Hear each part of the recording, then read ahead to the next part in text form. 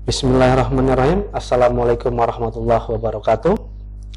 Bertemu lagi dengan Bapak ya, Pak Muhammad Yaser. Jadi pada hari ini ya, pada semester ini Bapak akan mengampu mata kuliah metodologi penelitian pendidikan. Dan seperti biasa di pertemuan awal ini kita akan membahas kontrak perkuliahan, kemudian rancangan pembelajaran semester kita, dan sekaligus juga pengantar terhadap mata kuliah metodologi penelitian pendidikan. Dan nanti di akhir akan Bapak berikan ya tugas untuk dikumpulkan di Google Classroom ya. Jadi teman-teman silahkan nanti bergabung dengan Google Classroom, karena di sana nanti absensi diisi di sana, kemudian juga materi akan dibagikan di sana. Kalau ada pertanyaan akan kita bahas bersama-sama di sana. Begitu juga dengan nilai-nilai ya terkait UTS dan UAS nanti akan Bapak share di sana. Karena itu silakan bergabung dengan Classroom nanti. Baik, tanpa banyak berbasa-basi ya, silakan dilihat RPS-nya. Buat teman-teman yang belum punya ya, itu nanti bisa di-download RPS mata kuliah metodologi penelitian pendidikan di Classroom kita. Oke. Ya, jadi metodologi penelitian pendidikan ini merupakan mata kuliah yang penting ya. Kenapa? Karena nanti sebentar lagi ya, semester akhir dari semester ke-7 kalian sudah diperbolehkan untuk mengajukan laporan tugas akhir atau skripsi ya. Dan skripsi inilah nanti yang menentukan kelulusan kalian dari STIT Darul Fatah. Dan hakikat penelitian itu adalah pada metode ya, metode penelitian yang digunakan. Baik, nanti kalian bisa baca sendiri ya. Pertemuan kita seperti biasa ada 14 kali pertemuan dan 2 kali pertemuan untuk UTS dan UAS ya. Hanya saja kemudian kita padatkan ya, itu artinya ada sekitar 4 kali pertemuan ya sebelum kita UTS dan 4 kali pertemuan menuju ke UAS ya.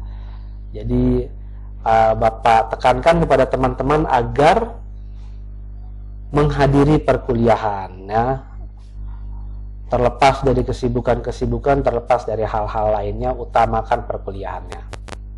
Nah, pada pengantar perkuliahan ini nanti kita akan membahas beberapa alasan melakukan penelitian ilmiah, kemudian hakikat penelitian ilmiah, dan perbedaan penelitian ilmiah dengan penelitian lainnya. Kemudian kita juga akan mengenal pendekatan-pendekatan dalam penelitian seperti kualitatif, kuantitatif, lapangan, kepustakaan, hingga mixed research metodologi ya.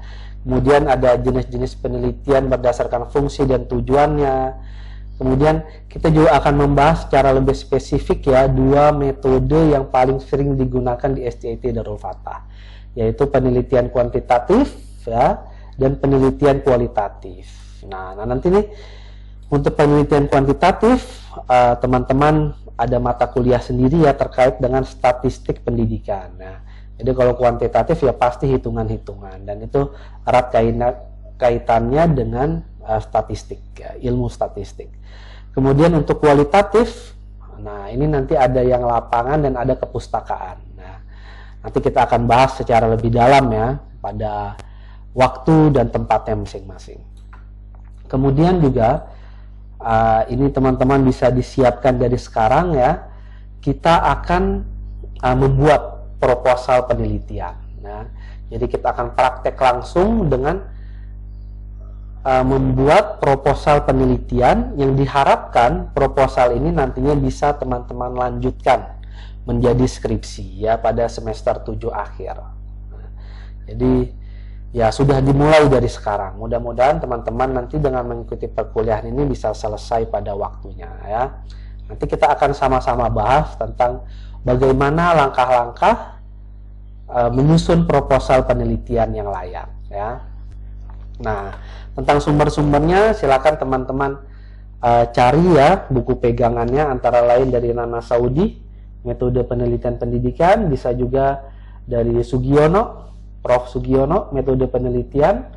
Kemudian ada yang bahasa Inggris, John Creswell, Research Design. Ada Louis Cohen, Research Methods in Education, dan lain sebagainya. Nah, beberapa dari referensi ini nanti akan Bapak share di grup Classroom kita ya, dalam bentuk file PDF-nya ya. Tapi tetap Bapak wajibkan teman-teman memiliki setidaknya dua buku metode penelitian pendidikan. Nah, jadi tidak terbatas di sini, bisa dicari judul-judul lainnya ya dari pengarang-pengarang lainnya. Baik, demikian kontrak perkuliahan kita ya. Nah, kalau teman-teman ada yang mau ditanyakan, nanti bisa ditanyakan ke Bapak di Classroom ya. Selanjutnya kita masuk ke perkuliahan kita pada hari ini, yaitu pengantar mata kuliah metode penelitian pendidikan. Jadi kalau ada pertanyaan seperti ini ya, apa yang membedakan abad modern dengan abad-abad sebelumnya? Nah ya, ini pertanyaan yang yang cukup sering diajukan ya. Jawaban atas pertanyaan ini ya, kenapa dalam 500 tahun terakhir kemajuan peradaban manusia sedemikian pesatnya sampai melebihi ya pencapaian umat manusia selama ribuan tahun sebelumnya. Nah, kata kuncinya atau jurus andalannya dari abad modern adalah metode.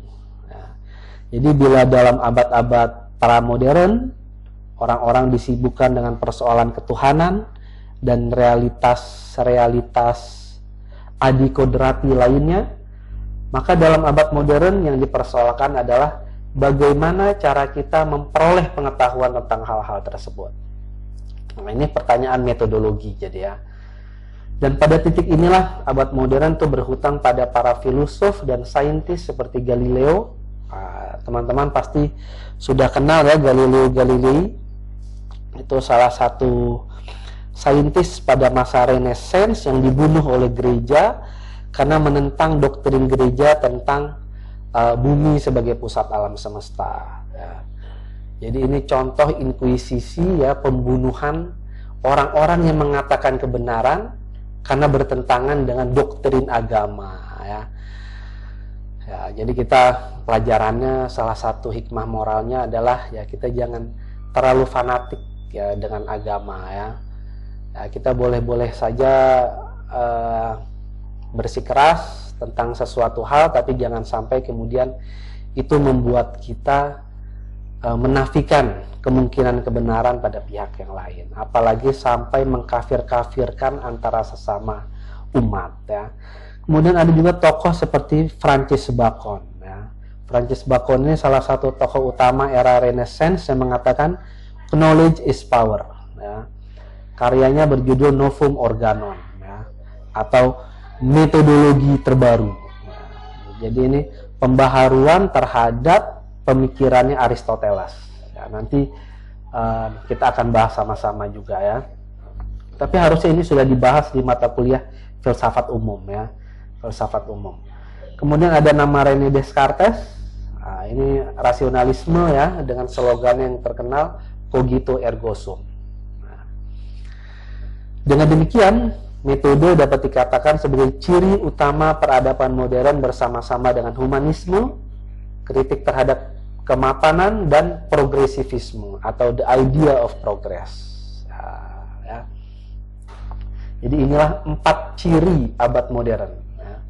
Jadi seseorang dikatakan modern bukan karena penampilannya ya, tapi karena paradigma yang digunakannya. Apa tuh paradigma yang digunakannya? Pertama adalah seseorang dapat dikatakan modern apabila ia mampu berpikir secara metodologis ya. Kemudian subjektivitas, kemudian kritis, dan terakhir progresif ya. Progresif itu artinya kecenderungan terhadap kemajuan ya, bukan sekedar mengagung-agungkan masa lalu ya, tapi orientasinya adalah perbaikan kepada masa depan ya, bahwa hari esok harus lebih baik dari hari ini. Nah ya, jadi disitulah letak pentingnya metodologi, ya. Bahwa kalau umat Islam mau maju, maka yang ditiru dari Barat bukan pakaiannya, bukan budayanya, ya, bukan bahasanya, bukan lain-lain sebagainya, melainkan metode yang dipakainya. Ya. Jadi itu kata kuncinya, ya. Oke. Kemudian juga ketika kita berbicara tentang metode penelitian, ya, maka tidak bisa tidak kita mesti merujuk kembali, ya, kepada pelajaran ilmu logika yang lalu tentang logika induksi dan deduksi, ya. Jadi metode itu dapat dikategorikan menjadi dua berdasarkan pola logika yang digunakan, ya, yaitu deduktif dan induktif. Jadi metode deduktif ini biasa digunakan dalam logika matematika, ya. Contohnya adalah 2 ditambah 2 sama dengan 4, ya. Maka apabila ada 4 apel lalu diambil 2, sisanya mestilah 2, ya. Kemudian ada juga contoh lainnya yang dulu pernah dibahas, ya, dalam ilmu logika. Misalnya dikatakan semua manusia pasti akan mati, ya. Yusuf adalah manusia, maka Yusuf pasti akan mati, ya. Jadi ada premis mayor, ada premis minor, dan kemudian ada konklusi dan kesimpulan, ya. Itu contoh metode deduktif, ya. Namun logika deduksi itu memiliki kelemahan. Apa kelemahannya? Logika deduksi dianggap tidak mampu menghasilkan terobosan-terobosan baru dalam keilmuan karena sifatnya hanya turunan, ya, derivatif, tidak cukup kritis. Sementara logika induktif itu biasa disebut juga dengan logika kehewanan. Kenapa disebut logika kehewanan? Karena hewan itu memiliki akal, ya, walaupun akalnya di bawah manusia, tapi mereka mampu belajar dari pengalaman.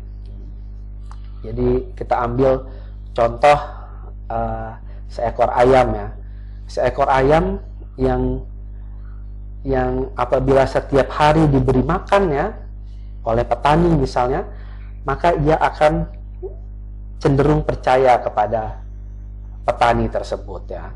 Setiap hari ia akan mendekati petani tersebut, walaupun, ya, pada satu titik petani bukannya memberikan makanan tapi malah menyembelih si ayam, ya. Ini contoh logika induksi. Jadi induksi itu bergerak dari yang partikular menuju ke yang umum. Contoh lainnya adalah kita melihat matahari yang terbit setiap pagi, ya, maka kita dapat menyimpulkan bahwa besok matahari pasti terbit lagi di pagi hari, ya. Walaupun kemudian, ya, logika induksi ini memiliki kelemahannya. Kelemahannya apa? Kelemahannya adalah dia tidak akan bisa memperoleh tingkat kepastian, ya, melainkan hanya sekedar probabilitas atau kemungkinan, ya. Karena selalu ada kemungkinan besok pagi matahari tidak akan terbit. Seperti misalnya apabila kiamat, ya. Jadi setiap metode ini memiliki kelebihan dan kekurangannya masing-masing, ya. Logika deduktif biasa dipakai pada metode kuantitatif, sementara logika induktif biasa dipakai pada metode kualitatif, ya. Nah, ya, nanti teman-teman bisa baca lebih jauh, ya, tentang pengantar terhadap perkuliahan kita pada hari ini, ya. Lalu kenapa metode penelitian? Nah, ini Bapak rangkumkan, ya, dari bukunya Nana Saudi berkenaan dengan pengantar metode penelitian pendidikan. Jadi kata beliau, jenis-jenis penelitian itu bisa dibedakan berdasarkan pendekatannya, berdasarkan fungsinya, dan berdasarkan tujuannya, ya. Nanti ini akan kita bahas satu-satu, ya. Kemudian kenapa orang melakukan penelitian? Ternyata sudah merupakan kecenderungan alamiah manusia untuk melakukan penelitian. Nah, hanya saja penelitiannya tidak selalu bersifat ilmiah. Jadi kenapa orang melakukan penelitian? Antara lain karena takut kepada kegelapan, takut, fear of darkness. Artinya manusia itu takut apabila ia tidak tahu. Jadi rasa takut mendorong manusia untuk mencari pengetahuan, ya, sehingga ia dapat mengatasi rasa takutnya. Ketika manusia takut kepada bencana alam, maka manusia akan berusaha memperoleh jawaban, ya, atas permasalahan tersebut, ya. Kemudian ada juga sense of wonderness, ada children curiosity atau rasa ingin tahu anak-anak.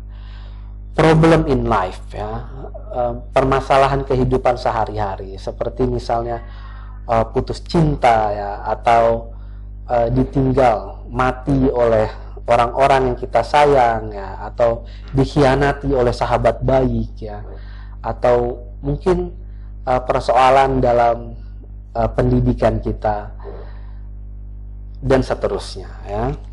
Dan kemudian tidak kalah pentingnya adalah orang melakukan penelitian karena human nature and greed, ya. Jadi kecenderungan alamiah manusia sebagai animal simbolikum, sebagai hewan yang berpikir, ya, dan juga karena keserakahan manusia, ya. Jadi manusia itu cenderung tidak pernah puas dan selalu ingin lebih. Nah, nanti nih cara memperoleh jawabannya, ya, bisa berbagai macam cara, ya. Antara lain bertanya pada yang dianggap lebih mengerti, ya. Kemudian ada juga pengamatan langsung, mempelajari dokumen dengan membaca, ya, dan lain sebagainya, ya. Nah, penelitian ilmiah itu juga seperti ini, tapi kemudian ada prosedur-prosedurnya yang harus dipenuhi. Misalnya ketika bertanya, ya, maka kita harus memastikan bahwa yang ditanya adalah pihak yang benar-benar kredibel dalam permasalahan yang mau kita angkat. Begitu juga dalam melakukan pengamatan langsung, ya, observasi, maka instrumen yang digunakan haruslah instrumen yang tepat untuk objek penelitian kita.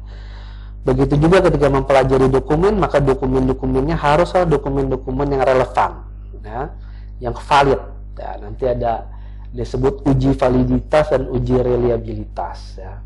Kemudian dengan membaca, ya, tidak sembarangan membaca, tapi membaca berkenaan dengan teori-teori yang relevan dengan penelitian kita.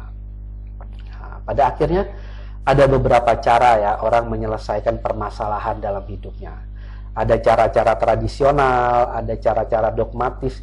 Cara dogmatis dan tradisional ini misalnya dengan merujuk langsung kepada nasihat-nasihat orang-orang zaman dahulu, ya, atau berdasarkan kitab suci, ya. Ini bukan hal yang salah, ya, tapi harus bisa dipertanggungjawabkan secara ilmiah, ya.